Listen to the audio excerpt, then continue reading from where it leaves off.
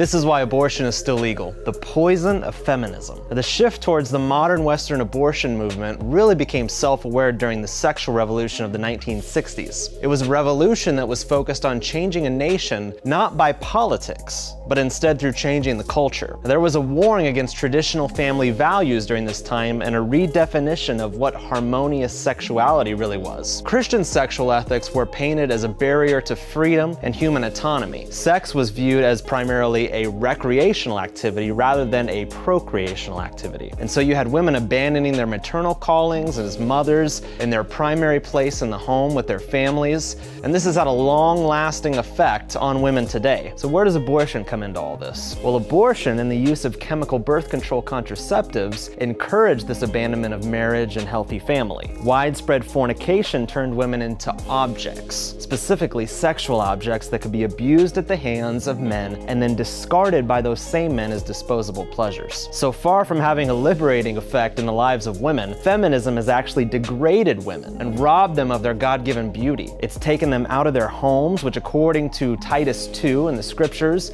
is their primary mission field and occupation, something that modern-day feminism and even egalitarian circles within the Christian church rebel against. And it's led women to believe that it's better to play the man, and so they compete with men under this false notion of equality. It's important that we understand that abortion is the fruit of feminism's root. Abortion has simply given sinful men the ability to shirk their callings as men and use women for sex and all the benefits of marriage without having to take up any of the responsibilities associated with marriage. Does this mean that women aren't responsible for killing their children by abortion? No, they are. But feminism's goal has been to destroy God's family design and the leadership of men in homes, churches, and governments. And women have bought into its lies and promises of fulfillment. But it only makes women miserable. You don't believe me? See for yourself. The Bible says something about that.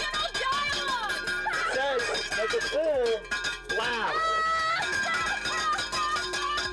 The gospel is the answer to this. Jesus teaches women their dignity, shows them their beauty, and frees them from the curse of Eve and places them in service to their king. Feminism enslaves and dehumanizes, but Jesus Christ and his gospel liberates and highlights the glory that is woman, making them more human in the process.